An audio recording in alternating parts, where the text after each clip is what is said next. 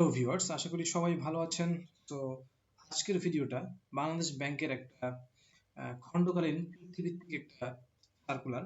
এই সার্কুলারটা মূলত তাদের জন্য থাকছে যারা আপনার আইন বিভাগে পড়াশোনা করেছেন বা এলএলবি অনার্স যারা করেছেন, মূলত এই ক্যাটাগরিতে যারা আছেন, মূলত সার্কুলারটা থাকছে তাদের জন্য।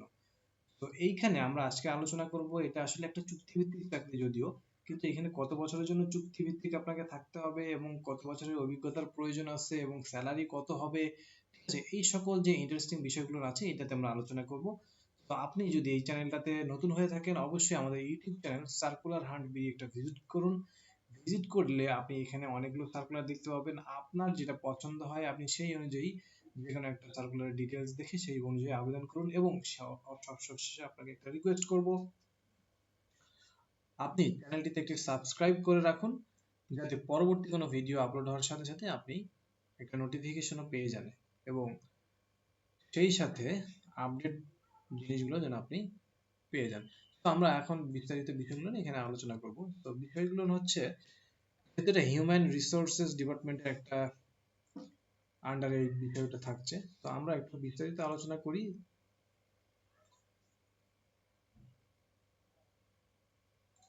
তো প্রথমেই দেখো, হেডলাইনটা যেটা বলছে, বাংলাদেশ ব্যাংকের আইন বিভাগে চুক্তিভিত্তিক খণ্ডকালীন লিগ্যাল রিটেইনার পদে নিয়োগ বিজ্ঞপ্তি।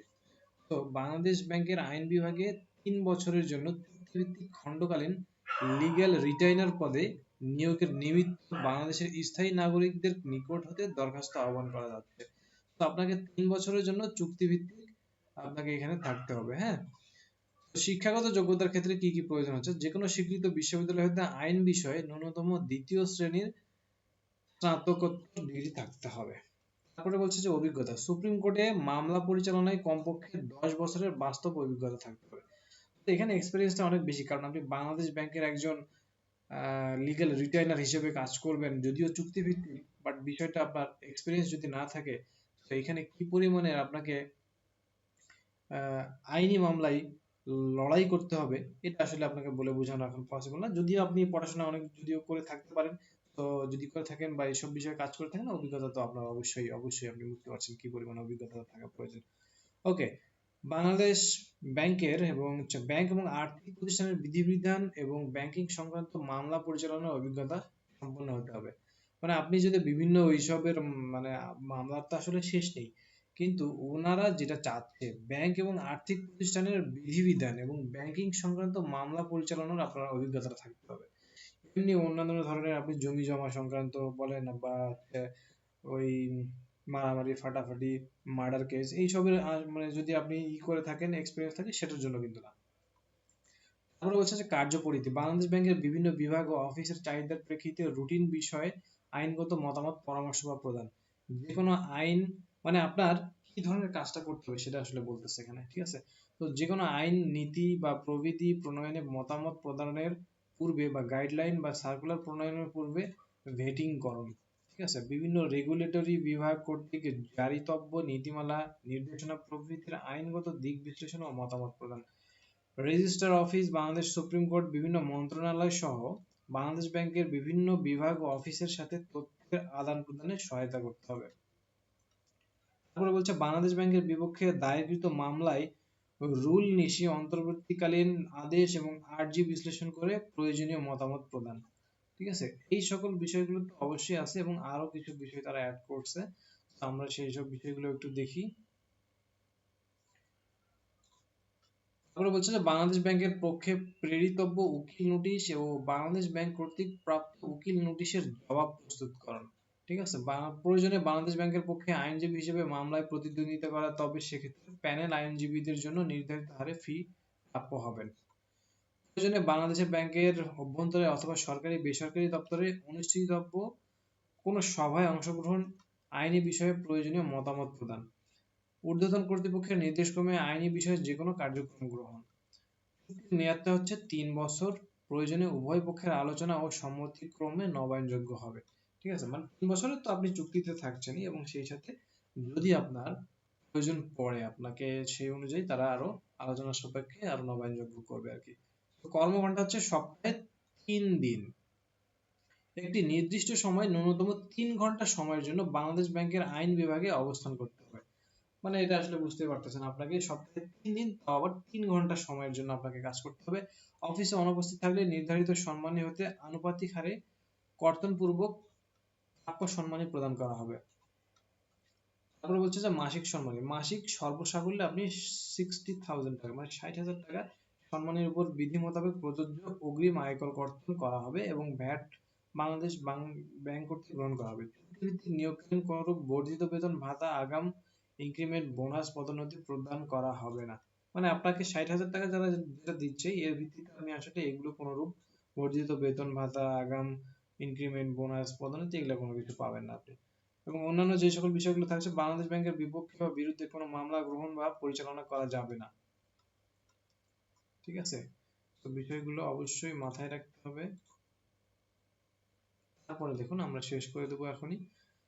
তো সার্কুলারের শেষ পর্যায়ে আমরা চলে এসেছি। বাংলাদেশ ব্যাংকের, আচ্ছা এটা তো আমরা দেখলাম মাত্র।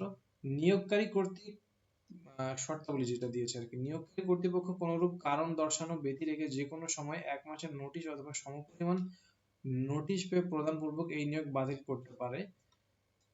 পক্ষান্তরে 1 মাসের নোটিশ অথবা সমপরিমাণ নোটিশ পেয়ে কর্তৃপক্ষের নিকট প্রদান সাপেক্ষে নিয়োজিতব্য লিগ্যাল রিটেইনার চাকরি হতে ইস্তফা দিতে পারবেন। মানে আপনি চাকরি ছাড়ার যে বিষয়বলী সেটা এখানে আসলে উল্লেখ করতে। আগ্রহী প্রার্থী থেকে পূর্ণ জীবন বৃত্তান্ত আবেদন পরিচালক HRD1, human resources department 1, Bangladesh bank, প্রধান কার্যালয়, ঢাকা, এই ঠিকানায় সরাসরি ডাক যোগে অথবা আপনি এই ইমেইল বরাবর আগামী 2/8 মানে আগামী মাসের 2 তারিখের মধ্যে পৌঁছাতে হবে।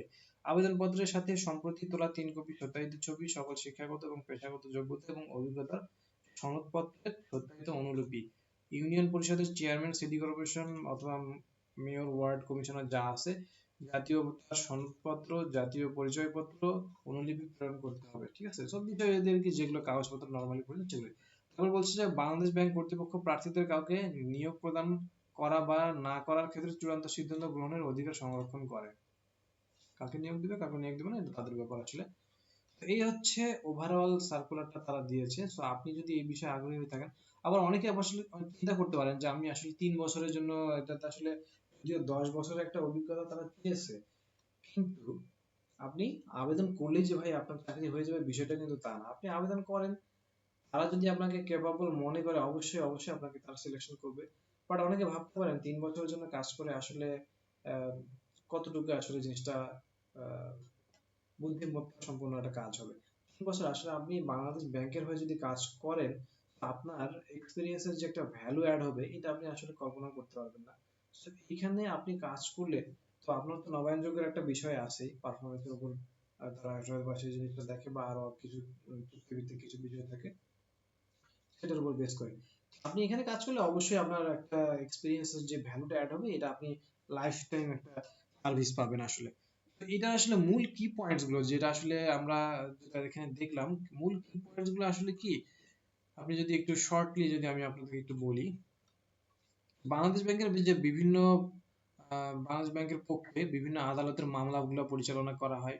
পরিচালনাগুলো আপনার করতে হবে হাইকোর্ট বা সুপ্রিম কোর্ট এবং অন্যান্য আদালতে শুনানি উপস্থিত থাকতে হবে। ঠিক আছে, ব্যাংকে আইনি পরামর্শ, লিগ্যাল নোটিশ বা এগুলো প্রদান করতে হবে, বা চুক্তিপত্র, নোটিশ, অন্যান্য আইনি ডকুমেন্ট যাচাই এবং প্রস্তুতকরণ, এগুলো আপনার কাজ করতে হয়। ঠিক আছে, তো বাংলাদেশ ব্যাংকের বিরুদ্ধে যা বাংলাদেশ ব্যাংকের করা মামলার অগ্রগতি পর্যবেক্ষণ করা, প্রয়োজন হলে সংশ্লিষ্ট বিভাগকে আইনি বিষয়ে সহায়তা করা।